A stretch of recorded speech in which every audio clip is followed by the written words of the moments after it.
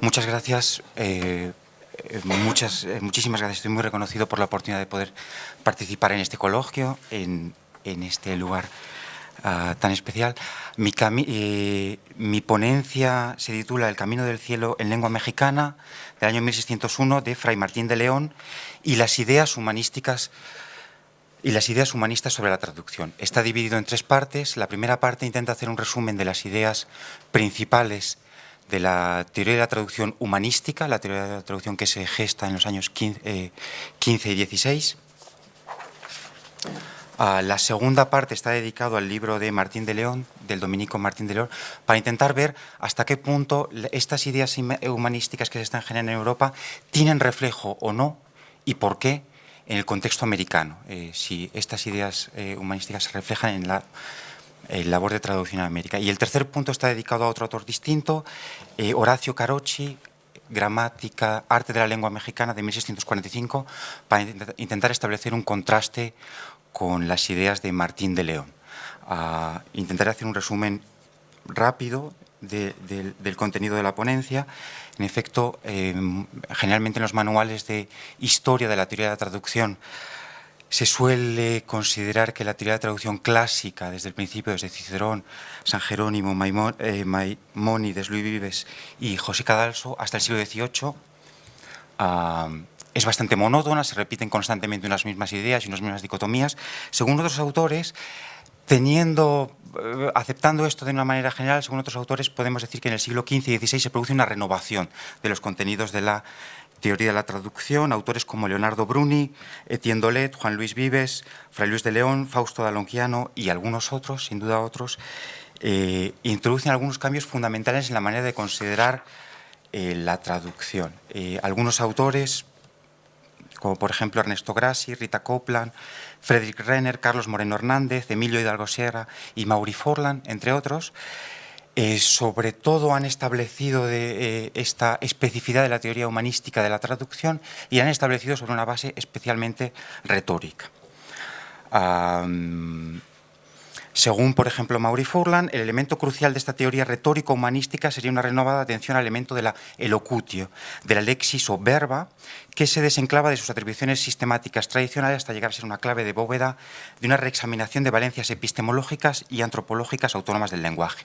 Cito: la elocutio renacentista en la teoría de la traducción se propone producir el arte textual en la lengua de llegada, pero ello a partir de la recuperación de todo el arte del modelo, persiguiendo una forma de fidelidad al pensamiento y a la expresión hasta entonces impracticadas. La clave aquí es pensamiento y expresión, ¿no?, al mismo tiempo, a la vez. Así, por ejemplo, cuando un autor como Vives asevera que existen tres tipos de traducciones: la traducción que atiende exclusivamente al contenido, la que atiende exclusivamente a la forma y la que atiende a la vez al contenido y a la forma, está realizando una operación de envergadura que atribuye a la forma lingüística capacidades de plasmación creativa inéditas. Esta capacidad de la forma de configurar de una manera original el significado significaba una ruptura abismal con las concepciones medievales en las que el significado previo era lo único importante, y entonces se justificaba la glosa y la traducción. Y la forma lingüística era una mera envoltura que debía corresponder lo mejor posible a aquel significado previo, estable, inamovible. Bueno, desde este desplazamiento inicial se deriva una serie de rasgos de la teoría retórica humanista que nos interesa resaltar cuánto hubiesen sido apropiados para la traducción americana. Y podemos empezar a decir, hubiesen sido, realmente no se cumplieron, pero hubiesen sido. Por ejemplo, en primer lugar, la atención a las lenguas romances, es decir, una teoría horizontal, ya no vertical, relaciones con el griego y con el latín, sino también las lenguas romances son susceptibles de copiosidad y de elegancia y de transmitir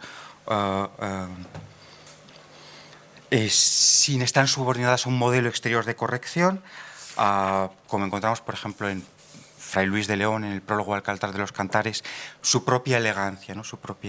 Otro de los temas muy importantes de la teoría humanística de la traducción es la atención a la lengua común, al uso cotidiano, que se considera fuera de articulaciones, codificaciones literarias. La lengua común también es la que les interesa para estudiar y para traducir como elemento con dignidad. Otro de los elementos que también podríamos mencionar es lo que los humanistas en general llaman como requisito imprescindible del dominio de la lengua de partida y de la lengua de llegada, que en realidad se constata en los textos, en sus ideas, como un conocimiento enciclopédico filológico. En realidad es una traducción cultural, lo que muchas veces plantean, a la necesidad sentida de ser conscientes de la diferencia cultural que comparece en las lenguas, más allá de su mera estructura gramatical. Cito, por ejemplo, en este caso a Carlos Moreno Hernández, dice, de ahí un aspecto fundamental del humanismo que es la copresencia de culturas y el diálogo entre ellas, el cambio de perspectiva, la pluralidad. Y finalmente, como último rasgo que tenía interés en señalar, es el de la historicidad. La historicidad del lenguaje como un elemento radicalmente socavador de cualquier pretensión de verdad absoluta, que es un cambio fundamental en la epistemología occidental que empieza a cobrar forma con el humanismo en este momento. Entonces, la necesidad de establecer una noción de verdad dialogada. Vuelvo a citar a Carlos Moreno Hernández. La necesidad de mantener una relación comunicativa con los otros en la inevitable contingencia de la vida humana, vida a la que hay que dotar de sentido y dignidad mediante decisiones acordadas con los demás en un marco abierto de posibilidades. En resumen, la pluralidad de lenguas como consignaciones inconmensurables de la verdad, la historicidad indepurable en la que nos sitúan de entrada y de manera inevitable en nuestra apertura misma al mundo,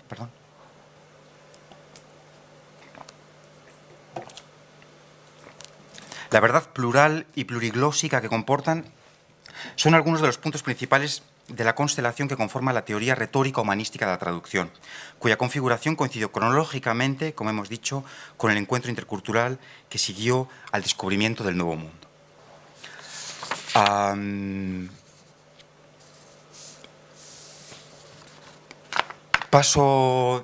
Dejo algunas cosas, paso directamente al segundo punto, a tratar específicamente el libro de Martín de León. Punto número 2, Martín de León en el contexto de la escena de la traducción en América. En las últimas décadas, los denominados estudios de traducción han sufrido una profunda transformación en un sentido claramente enriquecedor.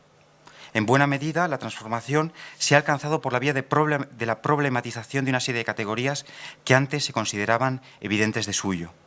En el curso de esta ampliación y enriquecimiento de los estudios de traducción, se han dotado de un conjunto de instrumentos de análisis que, en nuestra opinión, los hacen capaces de reemprender ventajosamente el estudio de los contextos interculturales en el pasado. Esta es, sin duda, el caso de la conquista y la colonización del Nuevo Mundo, respecto del cual hace tiempo que se siente la necesidad de tratarlo situando en el centro de atención la cuestión de la traducción y todo lo que implica. Por ejemplo, nos dice Georges Bastin, cita.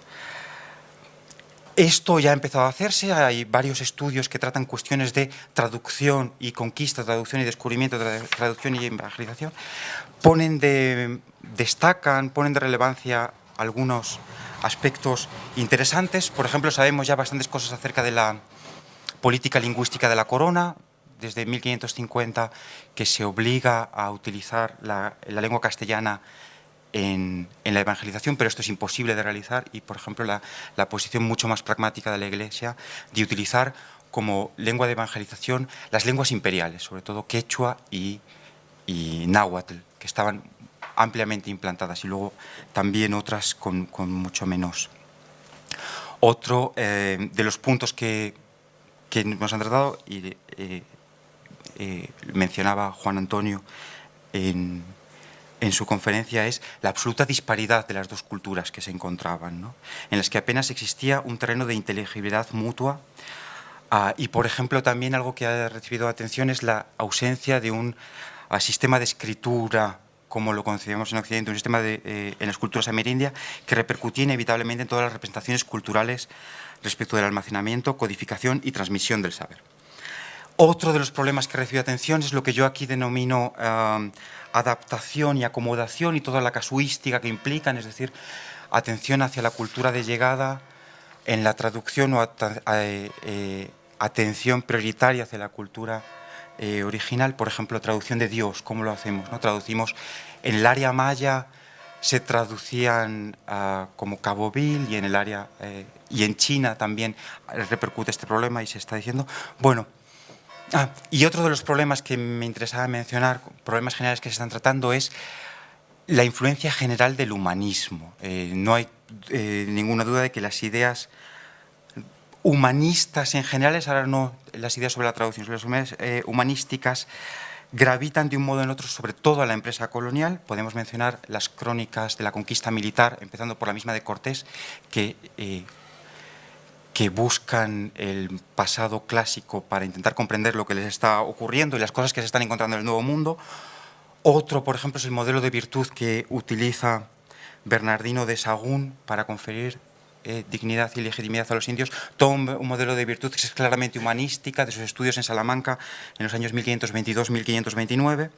O otro, por ejemplo, que me parece muy interesante y que se puede mencionar, es la célebre controversia de Valladolid, 1550-1551, en la que el supuesto representante del pensamiento escolástico y medieval, que era Bartolomé de las Casas, fue el defensor de la universalidad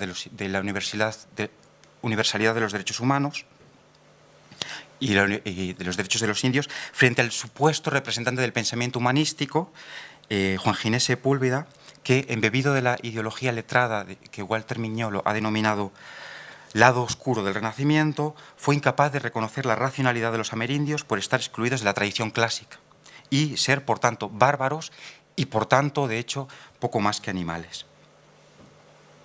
Bueno, dejando de lado todos estos aspectos que ciertamente tendrían mucho interés, a nosotros nos interesa tratar una cuestión muy específica y muy concreta y muy particular, que es la influencia, la repercusión, sí o no, de las ideas humanísticas de la traducción en América, e intentar encontrar, entre comillas, cuál fue propiamente la escena de la traducción en los siglos XVI y XVII en América, tomando este término en el sentido en el que le dan Nora Catelli y Anna Gargatagli. Cito: la escena de la traducción es el lugar imaginario donde se enjuicia precisamente la existencia de los otros. Se dirime esa existencia a través del rechazo o apropiación de una lengua, de un mundo, de un orden simbólico ajenos. Bueno, entonces esta escena de la traducción americana siglos XVI y XVII será absolutamente específica e intransferible, conformada por agentes, lectores, objetivos y textualidades completamente particulares, incomparables con los que en ese momento existen al otro lado del Atlántico y en otros contextos geográficos o históricos distintos. La diversidad de estos componentes será la que determinará el conjunto de ideas sobre la traducción que, dentro del repertorio siempre amplio y dialógico que siempre ofrece una época determinada, podían activarse y aquellas que no. O al menos no eran susceptibles de alcanzar una posición dominante. Ahora bien, me parece que esta escena de la traducción ha sido perfectamente descrita cuando empecé a leer en el magnífico libro de Gertrudis Payás Pucharnau, que trata muchas de esas cuestiones. Cito: las obras lingüísticas doctrinales del periodo colonial poseen rasgos que ponen en tela de juicio algunas de las bases teóricas de la traducción. En primer lugar, las traducciones hacia las lenguas indígenas son promovidas por lo que tradicionalmente en traducción se denomina cultura de partida. Punto número 1, cultura de partida. En segundo lugar, resulta difícil por lo general saber cuál es el texto y el autor original. En tercer lugar, se trata a menudo de traducciones a varias manos, hechas en colaboración con intermediarios e indígenas. Y, finalmente, el lector presunto de estas traducciones no se encuentra en la cultura de llegada. Si por cultura de llegada entendemos aquí la de la lengua de llegada, es decir, la cultura indígena, sino en la propia cultura de partida. Se trata de textos producidos a instancias de la cultura dominante para usos de sus propios agentes. Fin de la cita. Me parece que es una reflexión extraordinariamente esclarecedora y pertinente para nuestros propósitos. Es una aplicación muy interesante del modelo de Toury, que es, me parece, de momento el más elegante que tenemos para describir los fenómenos de traducción, y define muy bien qué es lo que ocurre o cuál es la especificidad de la traducción en América. En primer lugar, quien encarga las traducciones es la cultura de partida. En segundo lugar, se dirigen especialmente a lectores de la misma cultura de partida con el fin de adiestrarles en una tarea de aculturación forzosa. Y en tercer lugar, el hecho crucial de que la actividad traductora no tiene como objetivo transformar algunos contenidos limitados de la cultura de llegada, sino, de acuerdo con esta invertidora, de acuerdo con lo que nos dice Payás Pucharnau, a efectuar la erradicación o borradura completa de la cultura en sus constituyentes raigales, porque la noción de sagrado para estas culturas implicaba todas las dimensiones de la experiencia. Entonces, se trataba de eliminar completamente la cultura de llegada. Estos tres elementos, y sobre todo el tercero de ellos, son suficientes para explicar por qué la teoría retórica humanística de la traducción no tuvo incidencia en América. Mi conclusión es que, de manera general, no encontramos elementos humanísticas en América. La traducción fue un instrumento del proyecto político-cultural de la colonización. Se traducía para transferir a las lenguas y culturas amerindias contenidos ajenos que exigían una obediencia irrestricta. Este objetivo prioritario y casi obsesivo impedía de raíz, por ejemplo, la valoración positiva de la desaforada pluralidad lingüística del Nuevo Mundo, o la consideración de que pudiese configurar una experiencia valiosa de la dimensión de la trascendencia. La multiplicidad y la diferencia eran, una vez más, los obstáculos que se ponían a la transmisión de un lenguaje de carácter esencialmente único e invariable. Una vez más, bueno, en definitiva, esto era más o menos la idea central que me he encontrado en mi estudio. Tampoco es nada nuevo ni nada que desconociésemos. Tampoco podía ser de otro modo, no había relativismo cultural en el siglo XVI, es claramente evidente. Me parecía que, sin embargo, tenía interés porque esta reflexión de Pallars-Pucharnau, porque en efecto consigue esto que más o menos conocíamos, traducirlo, transponerlo a los términos de la teoría de la traducción contemporánea, para facilitar el diálogo y para tal. Y en todo caso, me parece que funciona muy bien para explicar el texto de Martín de León. En efecto, cuando me he encontrado, empecé a leer el texto de Martín de León que había escogido para esta ponencia, me encontré que cumple todos los rasgos. Tengo una descripción del libro, es un tratado que habla de todas las fases de la vida espiritual de un cristiano, se compone de un catecismo, de un prevención y modo de comulgar, modo de hacer testamentos, arte de bien morir, modo de ayudar a misa. Bueno, todos los elementos que señala Pucharnau los encontraba aquí, ¿no? El lector es claramente religioso. En ocasiones, por ejemplo, aparece un lector también indígena, pero hay claramente lo que denominan una imposición de un modelo de subjetividad y contenidos de subjetividad, como por ejemplo noción de culpa y que no es dialogante, que no es establecer, sino imponerme. El objetivo indudable es la erradicación de la idolatría como paso previo para la inculcación de la doctrina cristiana, y de manera muy interesante voy a comentar una pequeña cosa con un poco más de tensión: las estrategias de traducción. En efecto, 3 minutos. Termino ya. Las estrategias de traducción demuestran que Martín de León se encuentra dentro de la empresa colonial y que es un agente de esa empresa que selecciona sus instrumentos para cumplir de la mejor de las maneras esta empresa que tiene encomendada. En el último punto, Horacio Carocci, Arte de la lengua mexicana, 1645, podríamos ver un ejemplo de otra cosa, un ejemplo de, como dice Esperanza López Parada, un hechizado.